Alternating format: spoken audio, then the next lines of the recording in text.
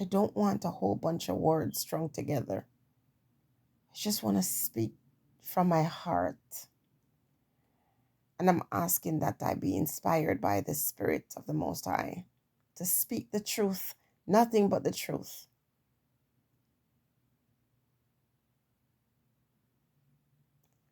His Majesty reached out to the United Nations when he was being oppressed by Mussolini and he was ignored. The people of South Africa, under bondage and tribulation, reached out. And it was in the 90s, early 90s, before they broke free. And it's technical when we say free, because there is still no real freedom in South Africa for African people.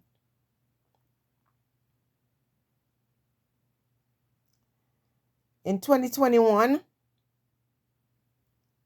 we are seeing the same type of bondage. We see the same spirit that holds people as hostage taking center stage in Jamaica. How did this thing become a Black people problem? I'm focusing on my community. How this crisis became a problem for the Jamaican people, where they are the sacrilegious or sacrificial lamb. How? Now, in the other parts of the world, governments have done things to help minimize the impact of these situations, but not in Jamaica. In some parts of the world, people had the chance to delay their mortgage or could not be kicked out of their home because they couldn't afford to pay their rent. They were given support, financial support, to help lower the impact or the financial impact this crisis was having on their people. Not Jamaica. Those were offered money were offered pittance, not because the government cared about them, but as a way to bribe them into getting what they don't want or need. So, in time past, His Majesty approached the governments of the world and begged for support when Mussolini terrorized them.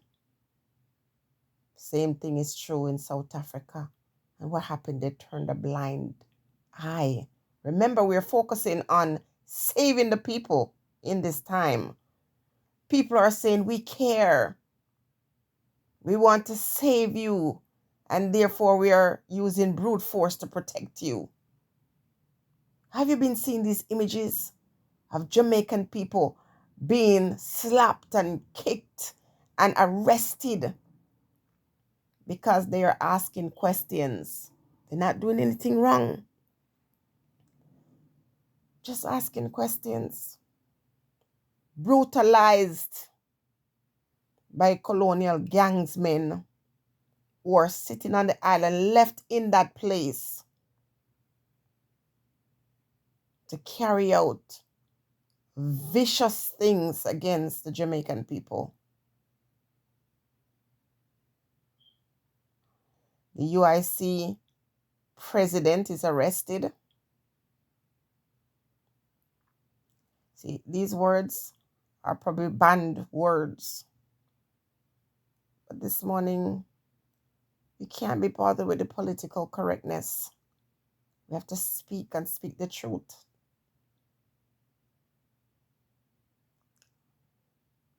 I see him being dragged off of no true threat. All he's doing is speaking on the behalf of the Jamaican people. And when it comes to politics, I look at it with a grain of salt. But somebody had to stand up. And I think that everybody is born for a certain time. And so that time, when this new man emerged as someone who is speaking the truth, who cares what he does tomorrow or down the road? Today he's speaking the truth. And someone needed to speak for those who could not speak for themselves, who cannot speak for themselves in Jamaica. The invisible ones who are often mocked and ridiculed in ways that are so shameful by people who are put in position to defend them, to protect them. People denied the right to speak their mind, to share their concerns, bullied, beaten, and locked up at the whim of someone who feels like they are the rock.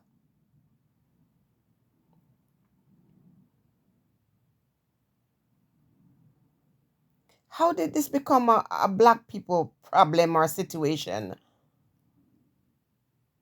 A man and a woman few years ago said that this day would come, and they already had a remedy. They said when the remedy was ready, the black people were supposed to be the first in line with the other indigenous persons around the world. Think for yourself, what does this mean? How could you predict that something as terrible as this time would come, and that you would be prepared to protect our people by juking them, putting the one size fit all remedy in a bottle and inserting it in the veins of black people? When did you ever hear that one size fits all when it comes to diseases? And you have medicine. Different people respond to the medicine in different ways. Some people are okay with it, and some people show allergic reaction to it. So we have to question this thing that is causing so much chaos, causing so many people to lose their lives, their livelihood, their peace, their human rights. What is this thing? And how did this thing become a black problem? It started in China. So what is it doing in Jamaica to the point where Jamaican people are being beaten? And listen, people, I'm not surprised, because the Spirit showed it and said it was going to happen. And I know when they say what they say, that they mean it. This morning I saw thick blood running over a drainage on the street. Yesterday I saw boa constriction, or what is it called? That snake. Boa constrictor. Forgive me. That's what the Spirit said to me. And I saw snakes. I know these symbols are scary,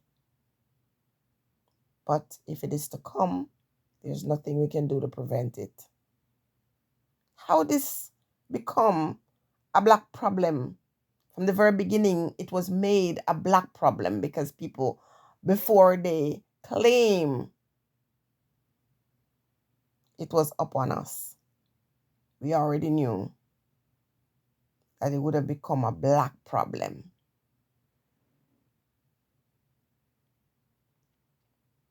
I'm going to do a part 2 of this because I really don't want to get emotional. In this one, I just want to point out that the Jamaican people are suffering. And as is usual, people are turning a blind eye. Human rights are being violated. I saw a young man being dragged and punched by people who are supposed to protect them. Why? Because they stand in a crowd and they're asking questions and they're saying that we don't want this thing. Beating. Huh? I'm not seeing that in your America.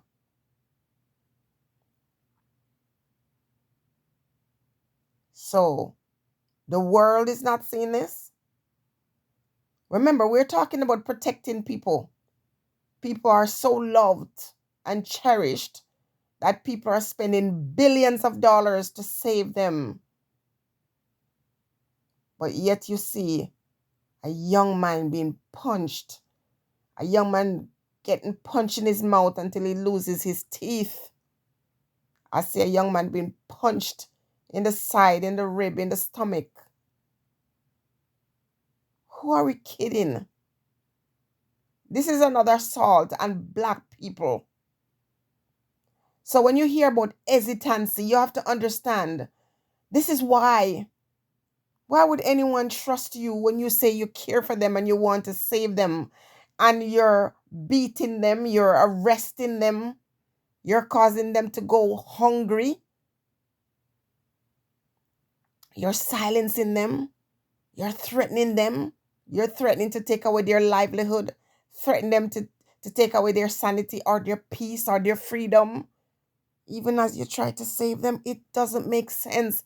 Help us to understand it because it does not make sense. It is just looking like one other time in history when African people were in bondage. And the same spirit that kept them in captivity is the same one that is rearing its ugly head again. I'm going to return with a part 2 of this video, people. Do you see what's happening? Stay blessed.